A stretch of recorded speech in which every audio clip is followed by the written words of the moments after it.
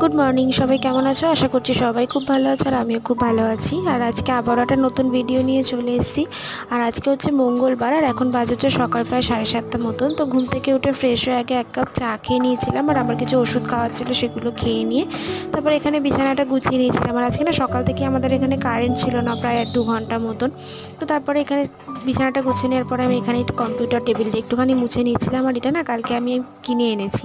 তো তারপরে দেখো এখানে সমস্ত কিছু ঝাড়টার দিয়ে নিচ্ছি, নেওয়ার পরে ঘরটা মুছে নেব পরিষ্কার করে, মুছে টুছে নিই, তারপর চান টান করে পুজোটা দিয়ে নেব। তো ঘরটার আমার মোছা কমপ্লিট। তারপর স্নান করে না প্রচণ্ড ঠান্ডা লাগছিলো, তো ওই জন্য একটুখানি ছাদে রোদ্দুরে এসে দাঁড়িয়েছিলাম।